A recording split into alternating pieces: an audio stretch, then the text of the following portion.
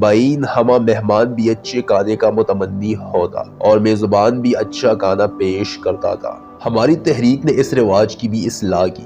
ہم لوگوں کو تلقین کرتے تھے کہ بے وقت کسی کے مہمان مت بنا کرو، اور اگر مجبوراً ایسا ہو جائے تو جو کچھ تیار ہو اور دستیاب ہو وہی قبول کر لیا کرو، اور اگر کوئی بے وقت مہمان آ جائے تو میزبان کو بھی تکلیف کرنے کی ضرورت نہیں، بلکہ جو کچھ موجود ہو پیش کر دیا جائے۔ اس طرح ہم نے خواتین کی تکالیف میں کچھ نہ کچھ کمی کر دی۔ اس وقت لڑکوں کو تعلیم سے روکا جاتا تھا، لڑکیوں کی تعلیم تو بالکل کفر کے مترادف تھی۔ ملا لوگ کسی کو تعلیم حاصل کرنے نہیں دیتے تھے۔ مجھے یاد ہے کہ جب میں نے اپنی بیٹی مدرسہ میں داخل کی تو دوسروں کے علاوہ میرے سسرال والے بھی مجھ سے ناراض ہو گئے تھے۔ حالانکہ یہ اسکول ایک خان کے گھر میں طالبات کے لیے مخصوص تھا۔ خان کی بیوی خود بچوں کو تعلیم دیتی تھی۔ اب بھی اکثر خواتین اپنی بیٹیوں کو اسکول میں داخل نہیں کرواتے۔ ملا لوگ اس بات کو مد نظر نہیں رکھتے تھے کہ علم حاصل کرنا مرد و زن دونوں پر فرض ہے۔ یہ صرف مدارس کی مخالفت ہی نہیں کرتے تھے، بلکہ اخبارات اور رسائل کو بھی برا بلا کہتے تھے اور لوگوں سے کہتے تھے کہ ان میں سب جھوٹ لکھا ہوتا ہے اور ہیلے بہانے سے لوگوں سے روپیہ بٹورا جاتا ہے۔ جب لوگوں میں کچھ سمجھ بوجھ پیدا ہوئی اور انہوں نے دیکھا کہ اخبارات میں خدا اور خدا کے رسول صلی اللہ علیہ وآلہ وسلم کی باتیں بھی ہوتی ہیں، تو پھر یہ پروپیگنڈا کرتے کہ ان میں جو آیت قرآنی لکھی جاتی ہے ان کی بھی حرمتی ہوتی ہے، کیونکہ ردی اخبارات زمین اور گندی جگہوں پر پھینکے جاتے ہیں، اور اس طرح قرآنی آیات کی بھی حرمتی ہوتی ہے۔ میرے پاس جو اخبارات آتے تھے میں حجرے میں لوگوں کو پڑھ کر سناتا تھا، مگر لوگ ان کی طرف بہت کم متوجہ ہوتے تھے۔ ایک الحلال کو قدر توجہ سے سنتے تھے، کیونکہ اس میں خدا اور اس کے رسول صلی اللہ علیہ وآلہ وسلم کی باتیں ہوتی تھی، جس کا لکھنے والا بھی مولانا ابوالکلام آزاد ہوتا تھا۔ پٹھانوں میں آج کل بھی اخبارات پڑھنے کا شوق نہیں ہے، فضول چیزوں اور غلط رسوم پر ہزاروں روپے صرف کرتے ہیں، مگر اخبارات پر کچھ خرچ نہیں کرتے۔ یہی وجہ ہے کہ اتنی بہادر اور عظیم قوم کا اپنی زبان پشتوں میں ایک قومی اخبار نہیں ہے۔ ہمارا ایک بہت بڑا خان تھا، اس نے ایک دن شہر میں ایک لڑکے کو دیکھا جو اخبارات بیچ رہا تھا۔ خان صاحب سمجھے شاید مفت دے رہا ہے، ایک اخبار لے لیا، مگر جب لڑکے نے قیمت کا مطالبہ کیا تو بجائے قیمت دینے کے اخبار واپس رکھ دیا۔ چونکہ ہمیں اخبار سے محبت نہیں ہے، اس لیے ہماری محبت اپنی زبان سے بھی نہیں ہے۔ میں تعلیم یافتہ لوگوں سے پشتو زبان کے متعلق باتیں کرتا تو وہ کہتے یہ بھی کوئی زبان ہے، اس میں علم نہیں ہے، اس میں رکھا ہی کیا ہے۔ میں ان سے کہتا کہ یہ دوسری زبانیں آسمان سے تو نازل نہیں ہوئی ہے، ہر زبان بولنے والوں نے اپنی زبان کو ترقی دی ہے۔ پٹھان اگر پشتو کی طرف متوجہ نہیں ہے تو قصور پٹھانوں کا ہے، پشتو کا نہیں ہے۔ میں نے جب شادی کی تھی اور اخبار پڑھا کرتا تو میری بیوی مجھ سے کہتی یہ اخبارات کس لیے پڑھتے ہو، یہ تو سب جھوٹ اور پروپیگنڈا ہے۔ میں کہتا اخبار پڑھنا بہت ضروری ہے، وہ خاموش ہو جاتی اور کہتی مجھے معلوم نہیں مگر لوگ اخبارات کو برا سمجھتے ہیں، اور پھر پوچھتی اچھا اس میں کیا لکھا ہے۔ میں اسے سمجھاتا اور کہتا اس میں تمام دنیا کے حالات ہوتے ہیں، اور میں اسے کچھ مطالب بھی سمجھاتا تھا۔ پٹھان خواتین مردوں سے زیادہ ذہین ہوتی ہے، اس کو بھی اخبار اور تعلیم کے ساتھ رفتہ دلچسپی پیدا ہو گئی۔ میں نے اسے دین اور قرآن اور دیگر ضروری معلومات باہم پہنچائی۔ وہ اپنے والد کو بہت عزیز تھی اور اس کا میکے پر بہت اثر تھا۔ اس کی وجہ سے میرے سسرال کی خواتین میں بھی بڑی تبدیلی رونما ہوئی۔ میری ہمیشہ سے یہ کوشش رہی ہے کہ خواتین کے دماغ سے احساس کمتری دور کروں، کیونکہ ان میں احساس کمتری خود غرض اور جاہل مردوں کا پیدا کردہ تھا۔ میں اپنی بیوی کے ساتھ اس بات پر بحث کیا کرتا کہ مرد اور عورت دونوں کا رتبہ خدا کی نزدیک برابر ہے، برتری اور کمتری کا دار و مدار عمل پر ہے، اور یہ بھی اس سے کہتا تھا کہ خواتین میں احساس کمتری پیدا کرنے کی ذمہ دار خود خواتین ہے، کیونکہ خواتین بیٹے اور بیٹی دونوں کو یکساں نظر سے نہیں دیکھتی۔ بچپن ہی سے لڑکیوں کے دماغ میں یہ بات بٹھا دی جاتی ہے کہ لڑکے اور مرد خدا نے لڑکیوں سے افضل کیے ہیں۔ میں اس سے یہ بھی کہتا تھا کہ جب انسان تمام مخلوقات سے افضل ہے تو اس کی ذمہ داریاں بھی زیادہ ہے، مگر جب میں اپنی قوم کی طرف دیکھتا ہوں تو میری قوم اور حیوانات میں کوئی فرق نظر نہیں آتا۔ ان کو بھی پیٹ بھرنے کی فکر ہوتی ہے، حیوانات کو بھی ان کو گھر کی فکر رہتی ہے، جبکہ حیوانات کو بھی اپنے آشیانے کی فکر ہوتی ہے۔ ہم بھی بچے پیدا کرتے ہیں اور ان کی پرورش کرتے ہیں، یہی کام حیوانات بھی کرتے ہیں۔ ہم حیوانوں کی طرح ایک دوسرے کو قتل کرتے ہیں، پھر ہم کیوں افضل ہیں؟ انسان اس وقت اشرف المخلوقات کے درجے پر فائز ہو سکتا ہے جب ان میں اجتماعیت، بھائی چارہ اور اخوت پیدا ہو۔ یہ صرف اس بنیاد پر افضل نہیں ہو سکتا کہ دیگر حیوانات 4 پاؤں پر پھرتے ہیں اور یہ 2 پاؤں پر پھرتے ہیں۔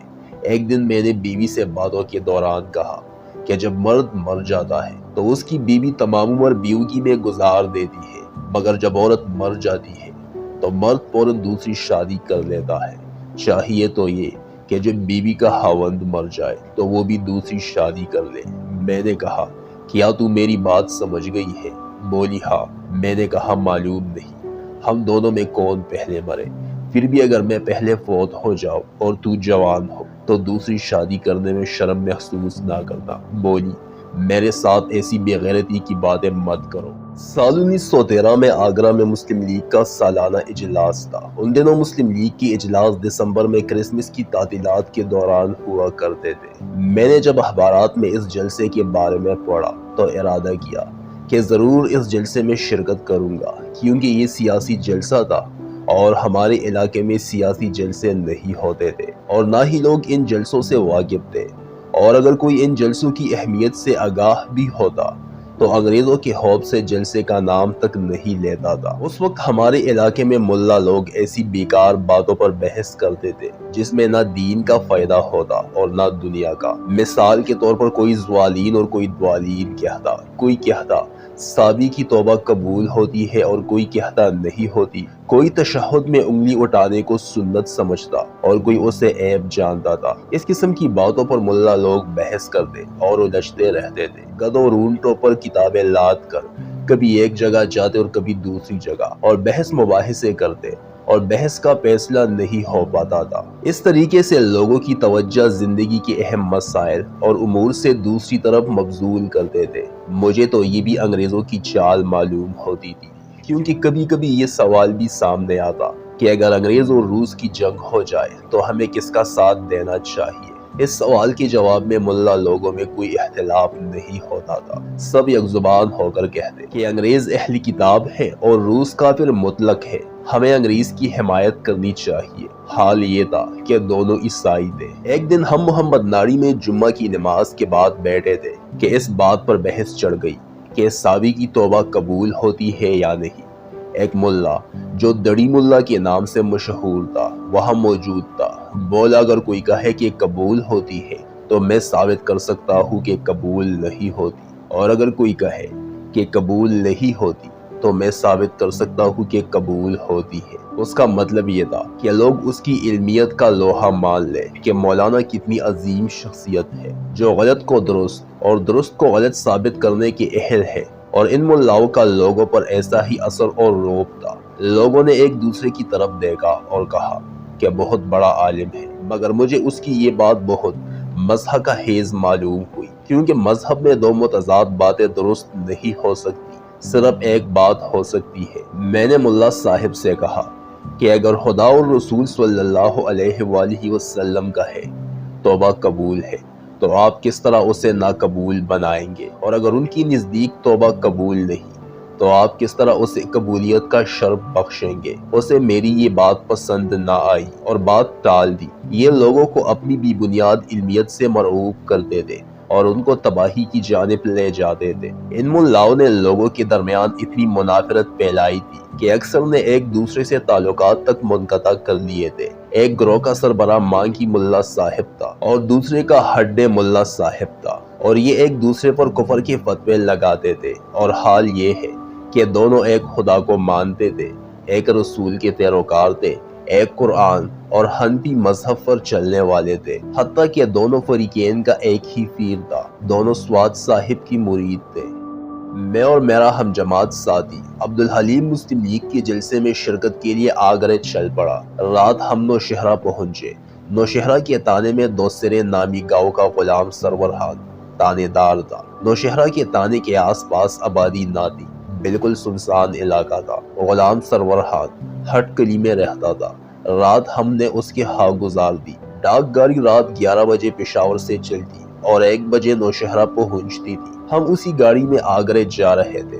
رات ہم نے کانا ہٹ گلی میں کھایا اور رات کے 12 بجے ریل کی پٹری پر سیدھا اسٹیشن کی طرف چل پڑے۔ راستے میں جنگلی جانور غرانے لگے اور ان کے غرانے کی آواز رفتہ رفتہ ہمارے قریب ہوتی گئی۔ ہم اسی خیال میں تھے کہ یہ آواز کس جانور کی ہے کہ ان جانوروں نے ہم پر حملہ کر دیا۔ ہم ڈر گئے اور ہم نے شور مچایا۔ خدا نے فضل کیا کہ ہمیں کاٹا نہیں اور ہم بچ گئے۔ معلوم ہوا کہ بھیڑیے تھے اور غلام سرور خان نے ان پر پستول سے فائر بھی کیا۔ ہم اسٹیشن پہنچے۔ تھوڑی دیر بعد ریل گاڑی بھی آ پہنچی اور ہم غلام سرور خان سے رخصت ہو کر گاڑی میں سوار ہو گئے اور آگرہ کی طرف چل پڑے۔ جب ہم آگرہ پہنچے تو ایک سرائے میں کوٹری کرایہ پر دی اور وہاں ٹھہر گئے۔ صبح جلسہ شروع ہونے والا تھا۔ ہم صبح سویرے جلسہ گاہ پہنچے۔ جلسے کے لیے ایک بہت بڑا پنڈال بنایا گیا تھا۔ سٹیج کے اوپر اور نیچے کرسیاں لگی ہوئی تھی۔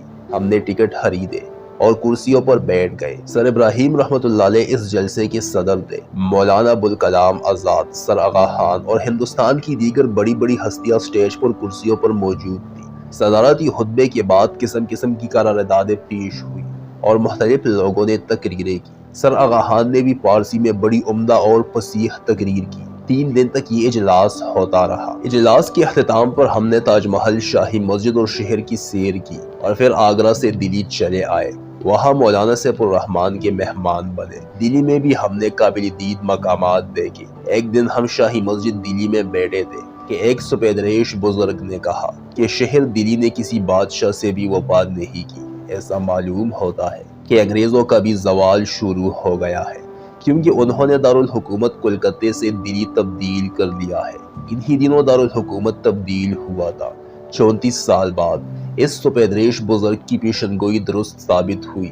ان دنوں کانگریس اور مسلم لیگ دونوں فریق انگریزوں سے عہدے اور مراعات مانگتے تھے اور اس قسم کی قراردادیں پاس کرتے تھے کہ ہمیں یہ دو وہ دو۔ ہندوستان کے روشن خیال اور دانشمند لوگوں کی اکثریت کانگریس میں تھی۔ جس وقت گاندھی جی افریقہ سے آئے اور کانگریس میں شامل ہوئے تو کانگریس کی کایا پلٹ گئی۔ حالی ہولی مطالبات اور بیکار باتوں کی جگہ ملک کے لیے حقوق حاصل کرنے کی جدوجہد اور عمل کا آغاز ہوا۔ حقیقت یہ ہے کہ حق کسی کو کوئی دیتا نہیں بلکہ حق چھینا جاتا ہے۔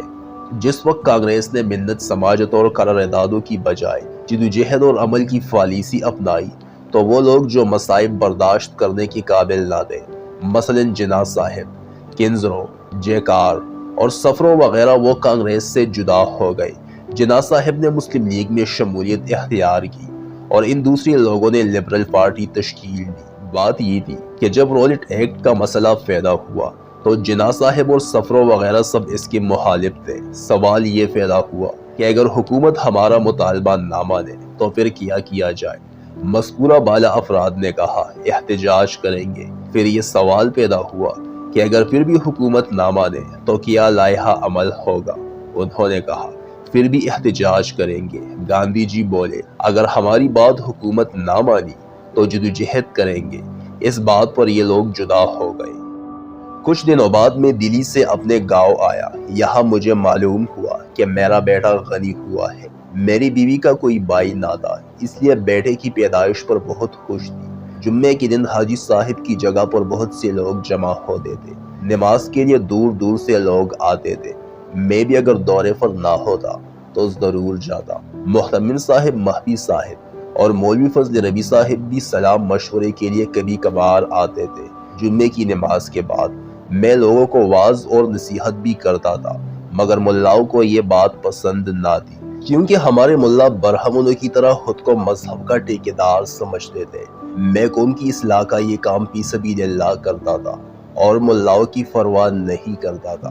آخر وہ میرے خلاف خفیہ طور پر پروپیگنڈا کرنے لگے کہ میں تو داڑھی بھی نہیں رکھتا اور واعظ و نصیحت کرتا ہوں۔ پہلے خود کو شریعت کے مطابق باشرع انسان تو بناؤ، پھر لوگوں کو نصیحت کرو۔ ملاؤں کا داڑھی اور اسلام سے کوئی کام نہ تھا، صرف مجھے بدنام کرنا چاہتے تھے۔ قوم بھی جاہل اور بے شعور تھی، جو کچھ ملا کہتا اس پر ایمان لے آتے۔ ملاؤں نے داڑھی کو اتنی اہمیت دی تھی کہ تمام اسلام کو داڑھی سے منسلک کر دیا تھا۔ حالانکہ مذہب اچھے عمل کو کہتے ہیں۔ مذہب بنیادی طور پر اچھے اعمال سے تعلق رکھتا ہے۔ داڑھی رکھنا اور مونچھیں صاف کرنا عربوں کی تہذیب کا ایک جزو تھا۔ نہ صرف صحابہ کرام اجمعین بلکہ اسلام کے دشمن ابو جہل اور ابو لہب بھی داڑھی رکھتے تھے۔ باوجود ان تمام باتوں کے میں نے ملاؤں کے اعتراض کو دور کرنے کی خاطر داڑھی رکھ لی۔ پھر بھی یہ ملا باز نہ آئے، کہنے لگے کہ یہ مٹی سے کم ہے اور شرعی داڑھی نہیں ہے۔ تاریخ گواہ ہے کہ جب قوم میں ایسے افراد پیدا ہوتے ہیں جو اپنی قوم کی اصلاح کرنا چاہتے ہیں تو اقتدار کے مالک ان کی مخالفت کرتے ہیں، کیونکہ ان کو اپنا اقتدار خطرے میں نظر آتا ہے۔ تم اپنی اس خدائی خدمتگار تحریک کو دیکھو، جتنی قوم سمجھدار ہو گئی اتنی ہی اقتدار کے مالکوں کی طاقت کم ہوتی گئی۔ اپنے پیغمبر صلی اللہ علیہ وآلہ وسلم کی زندگی کا مطالعہ کریں، جن کی مخالفت اپنے چچاؤں اور عزیزوں نے کی تھی۔ یہ کیوں کی تھی؟ صرف اقتدار کی خاطر، اور مدینے کے لوگوں نے ان کی حمایت صرف اس لیے کی تھی کہ ان کے پاس مذہبی اور سیاسی اقتدار نہ تھا۔ یہود نے جب ان کی مخالفت کی تھی تو وہ بھی صرف اقتدار کی خاطر کی تھی۔ ہمارے مدارس ترقی کر رہے تھے۔ پٹھان ایک زندہ قوم ہے، مگر اس کو متحرک کرنے کے لیے بیدار کرنے والے افراد کی ضرورت ہے۔ جب تک کسی قوم میں بیدار کرنے والے افراد پیدا نہ ہو، قوم ترقی نہیں کر سکتی۔ تھوڑے سے عرصے میں لوگوں نے جا بجا مدارس بنائے اور اس میں اپنے بچوں کو ذوق و شوق سے تعلیم دلانا شروع کیا۔ جتنی مدارس کی تعداد بڑھتی جاتی اتنی ہی ہمیں رقم کی زیادہ ضرورت پڑتی تھی، کیونکہ دنیا میں بغیر رقم کے کوئی کام نہیں ہوتا۔ پٹھان قوم کنجوس نہیں ہے، بہت مہمان نواز، فیاض اور خیر خیرات کرنے والی قوم ہے، مگر ملاؤں نے اسے جو طریقہ خیر خیرات کرنے کا بتایا تھا وہ اس وقت مفید نہ تھا۔ قوم خیرات میں پکا ہوا تیار کھانا دینے کی عادی تھی اور زمانہ بدل چکا تھا۔ پختہ خیرات کی ضرورت باقی نہ تھی، بلکہ نقد اور خاص جنس کی خیرات کی ضرورت تھی۔ زمانے کی تبدیلی کے ساتھ اگر کوئی قوم تبدیل ہو جائے تو ترقی کرتی ہے، ورنہ پسماندہ رہ جاتی ہے۔ زکوٰۃ کے بارے میں بھی ملا لوگ قوم سے کہتے کہ مدارس پر زکوٰۃ کی رقم ممنوع ہے۔ اس بارے میں ملاؤں کے ساتھ ہم نے بہت بحث کی، مگر ملا اس بات پر تیار نہ ہوئے کہ قومی ترقی اور تعلیم کی خاطر اپنا ایک نوالہ چاول چھوڑ دے، یعنی اپنے حلوے مانڈے کی خاطر قومی تعلیم اور ترقی کی پرواہ نہیں کرتے تھے۔ قوم رسم و رواج سے تنگ آ چکی تھی، مگر اس میں یہ جرت نہ تھی کہ ان رسوم کو چھوڑ دے۔ رسم و رواج کو چھوڑنا آسان کام نہ تھا، حقیقتاً یہ بہت ہی مشکل کام تھا اور اس کے لیے بہت اخلاقی جرت کی ضرورت تھی۔ ہم جب دورے کرتے بہت سے لوگ جمع ہو جاتے تھے۔ جب ہم ان سے بات چیت کرتے تو کچھ لوگ کہتے مجھے دم کرو، کچھ گڑ اور نمک ہم سے دم کروانے لاتے، اور کچھ کہتے ہماری پیٹھ تپتپاؤ برکت کے لیے۔ میں لوگوں سے کہتا میں دم چپ جاڑ پونک والا آدمی نہیں ہوں، میں تو تمہارا خادم ہوں، آپ کی خدمت کے لیے آیا ہوں۔ تمہیں چاہیے کہ مجھ میں اور جاڑ پونک کرنے والوں پیروں اور ملاؤں میں فرق کرو۔ وہ تو تم سے شکرانے اور نذرانے مانگتے ہیں، میں تو تم سے کچھ بھی نہیں مانگتا۔